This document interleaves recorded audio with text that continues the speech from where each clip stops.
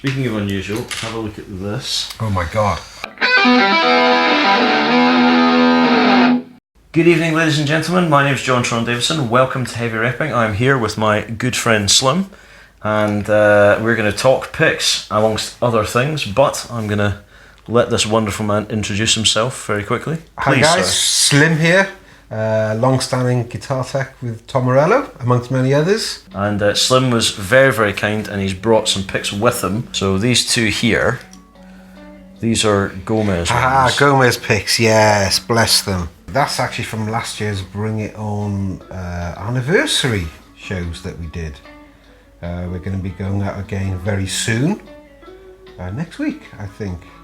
Around the UK, I think week of shows, maybe 10 days of shows. Go and see them if you can, because they're absolutely awesome. But yeah, these are two Gomez. They don't really go too down. It's whatever with those guys. They're not really too fussed with. If they've got their name on them, fine. If they have it, you know.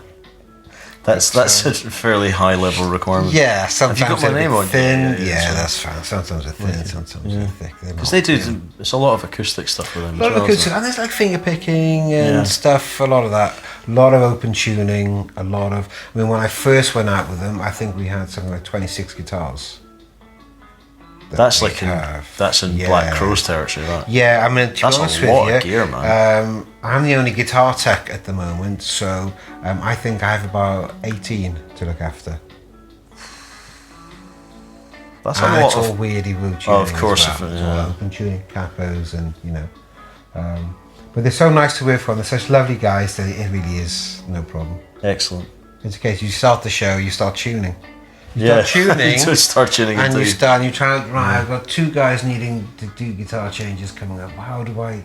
Right, that's just kind of. Do you have it? Do you have it down the chart sort of thing? Full chart. Who's what? But I want with those guys. I have to try and work 2 or 3 songs ahead.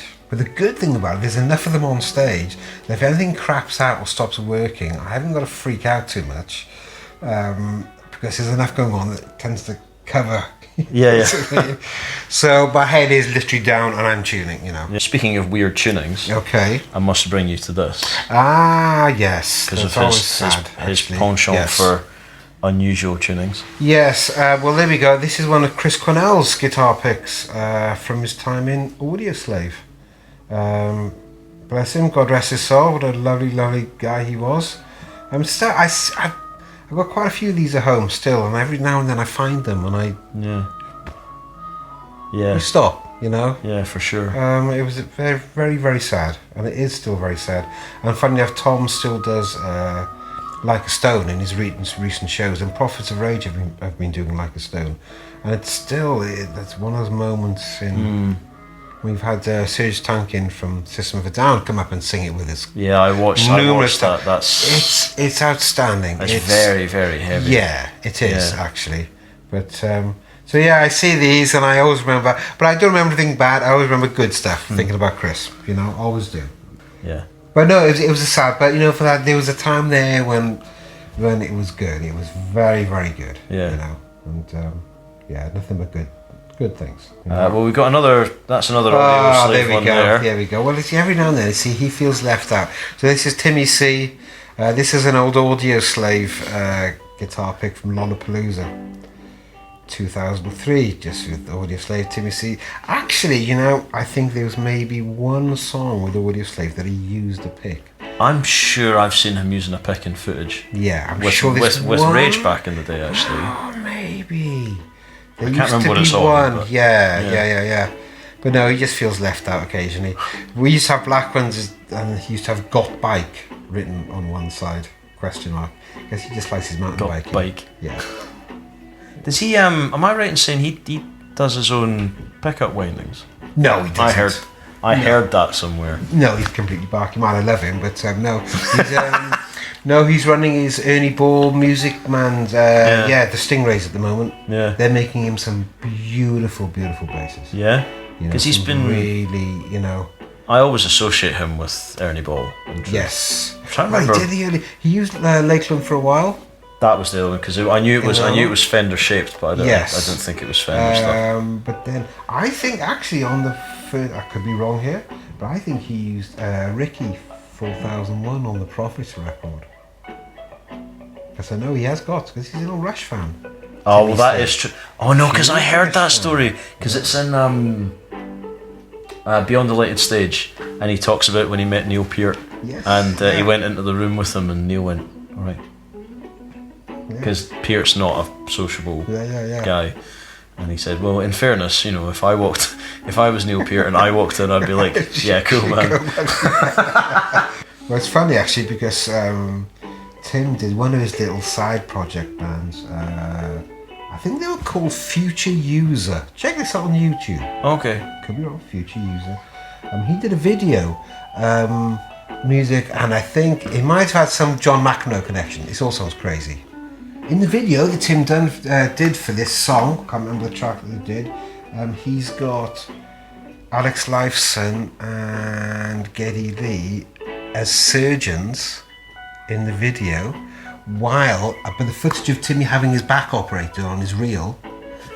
So because he asked the surgeon if he could film it, and he's actually used that in the video with John McEnroe. With I think it's Geddy and Alex Lifeson in the video pretending to be surgeons doing the operation.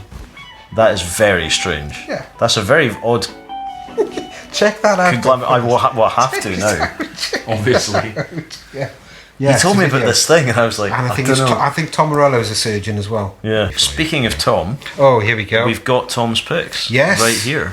Well, here we go. Now these are a rarity actually, because we never really had them made much over the years. You know, we wouldn't go to the big pick companies, and it's not Tom's kind of thing really.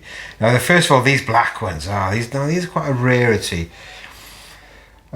These actually were made and turned up the eve before Rage Against the Machine split up the first time. So when would that be? 2000?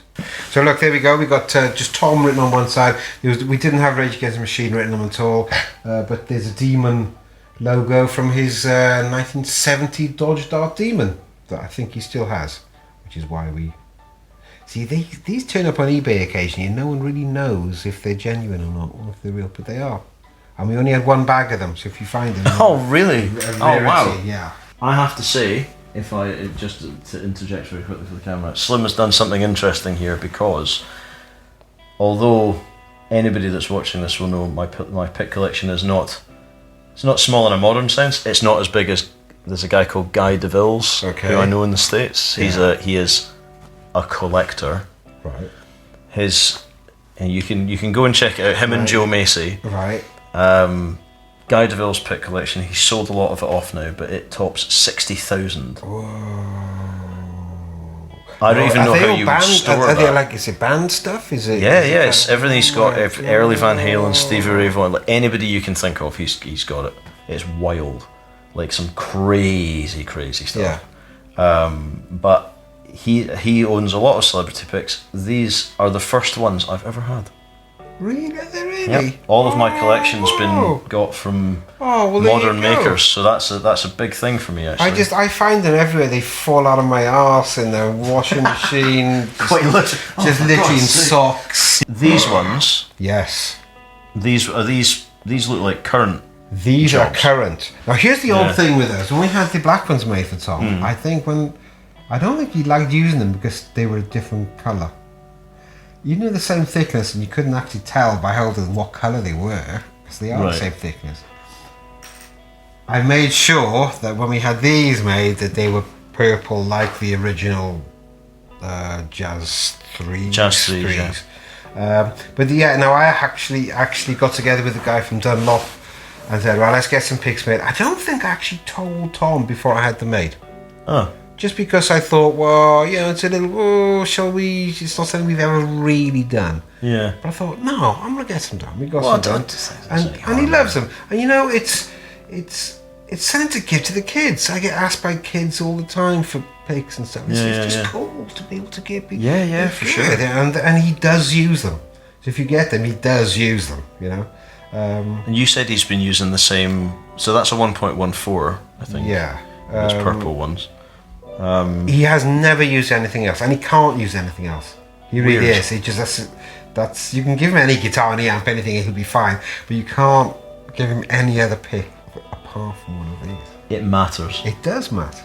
Your pick matters, I promise. Well, it is interesting what you say about the guitar thing, because obviously the majority of people will know him from the Arm the Homeless and you know, his telly and all that sort of thing. I was really surprised to know that because he strings with 9s, doesn't he? 9s to 46s on the trems, and, but a 10 to 46 on the tellies. And he's dropped the E's down to a D. Oh yeah, because he always has them and dropped E's, doesn't he? The telly. Yeah. That was. And we have got a couple of guitars. That old we call it old creamy. It's just old 60s beat up kind of thing. Look at. Probably know which one it is.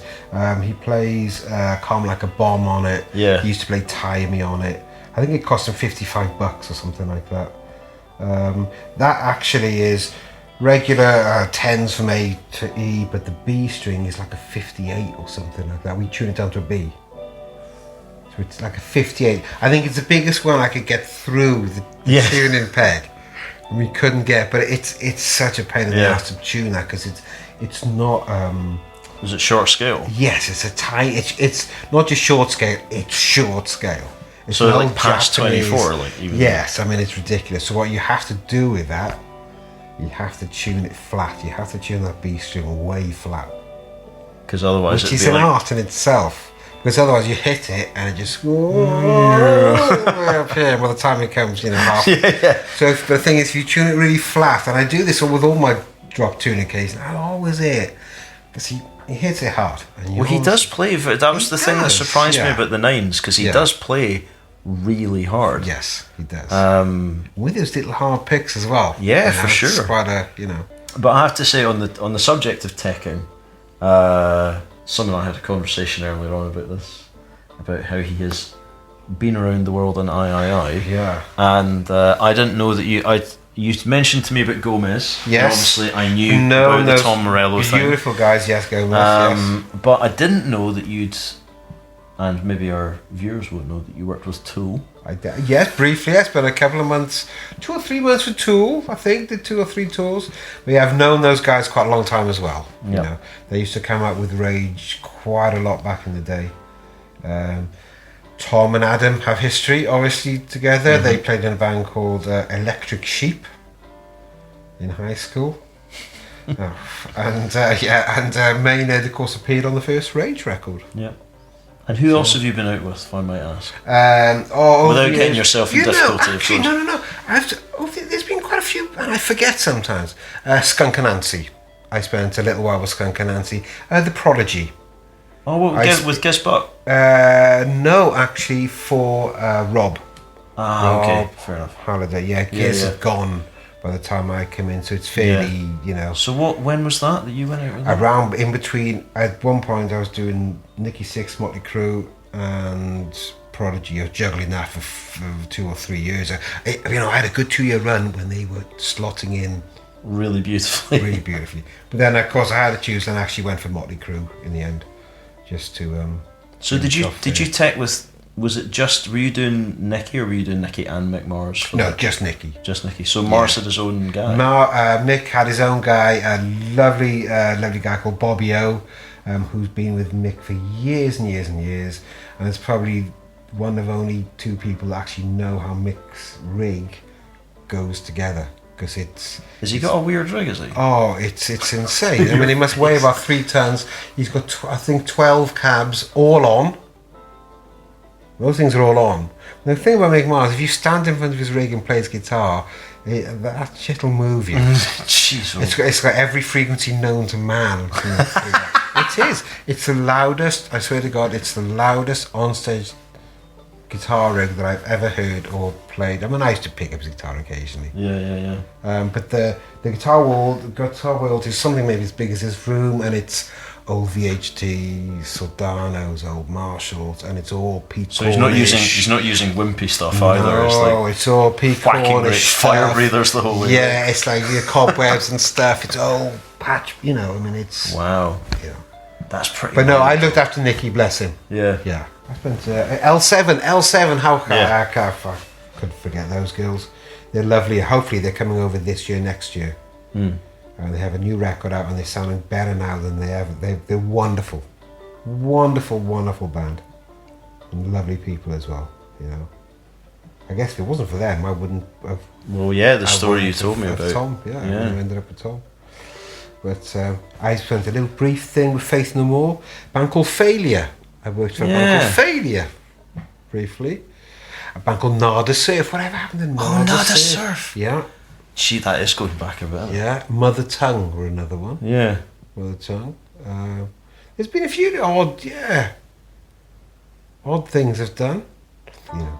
Well, kids, if you're watching and you go to your local guitar shop, respect the tech. Yeah. If working in London taught me anything, it was that. Yeah. I knew a lot of guys who worked pit. Yeah. And musicals and all that sort of thing. And those guys, man, like I know guys who go out on the road and like yourself get, obviously you have working relationships with people and everything, but if you do the tech that you go to your local music shop and speak to, wherever you are, he might have gone out and done. You never know. You never know what they've been, what they've been carting about. So it's like don't piss your sound guy off. Yeah. It's a very, it's quite an important job that they're doing. So. Well, it's funny. I was doing the iTunes Festival 2 or 3 years ago, helping out as a stage crew for a friend of mine. And we had Take That come through, Carrie Underwood. We had all these Florence and the Machine. You didn't take for the I didn't do anything. It was but I had a guy from. Because no one knows. You just in-house guy. I was working as an in-house guy. Super easy. But I had a guy from one of the bands who came through and stopped me and showed me how to use gaffer tape. Well, that's very good of him. Which was very nice, after 25, 30 years of touring, I never really knew. Well, but I didn't say anything. It is very complicated. I kind of said, so you stick... So it's sticky on this side? Oh, okay, yeah, I can do that. Yes, and you put tape on... But what I'm going to do with you now... Yes.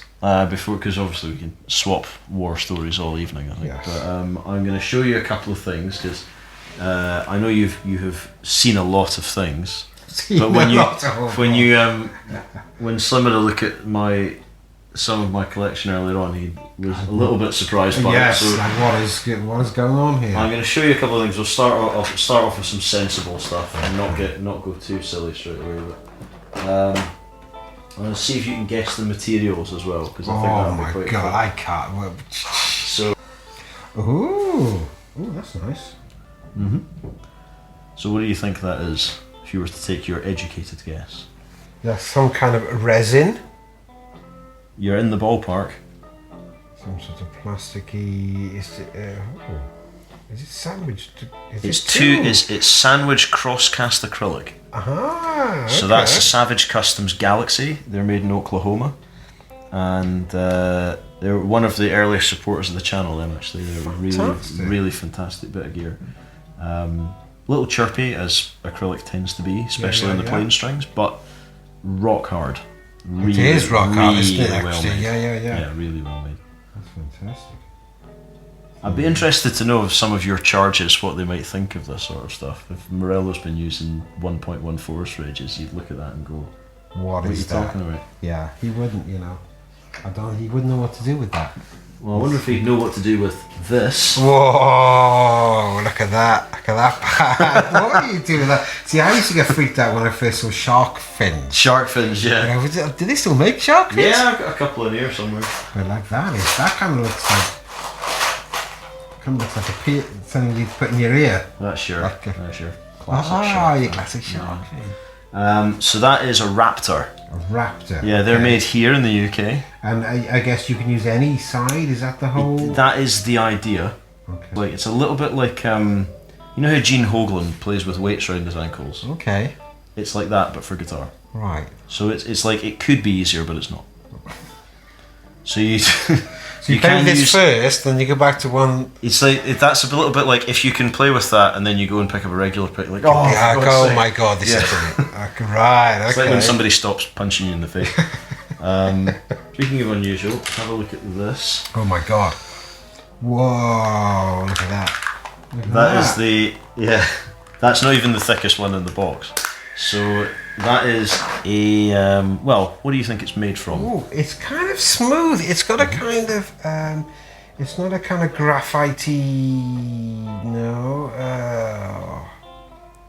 It feels waxy. It is wax finished, actually. Is it? It's unusual in the trade, but yeah, he does finish them in wax. Interesting.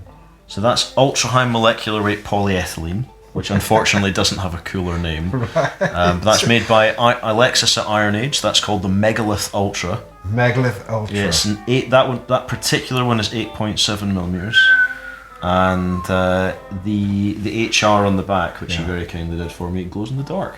Fantastic. Because of course, with a pick that size, you would need to extra help find it. So does that is that inside? Is that glow in the dark set inside? It's like a sort of set in sort of fluid thing almost in the front of it. But seeing as we're getting into the big lads, I can't go without showing you this. Oh. So this is a brand new model. This has just become available to the public. What is that in the middle? That is, it's called the Ulfberth, and it's made by Purple Plectrums, or Plextrum as they're called. Right. And the sides, the bit in the middle is a material called Midtech, which is their take on UHMWPE. Right. But the outsides are aluminium. Wow. And that is about 6 millimeters. Their stuff, they've got some of the most, I know they won't be ashamed of me saying this, but they've got some of the most expensive picks on the market. Really? Their top end one, which is called the Ultima, which weighs 8 grams and is filled, it's got inserts made of brass, will cost you just shy of $100. Whoa. But that material will last for most of your life. So Yeah. Unless you lose it. unless you lose it, but that would be a task. Yeah. I've Just fantastic. Yeah. You know. But they're all going to sound different, aren't they? They're all all going to have that completely little different. tone, you know. all different completely. Now I've saved the largest one for the end. Okay. Because I thought that was only fair. This is the biggest, thickest pick I own. You ready for this? Yes. Whoa. So that is the Superbite Black Gem. Right. It's made from, I think, 3 or 4 pieces. Yes, 3 pieces of acrylic, all stuck together. That is 13 millimeters. Whoa. Now that's not the biggest pick I've ever seen, but that is the biggest one I own. There's also that one, which is the Ruby Diamond.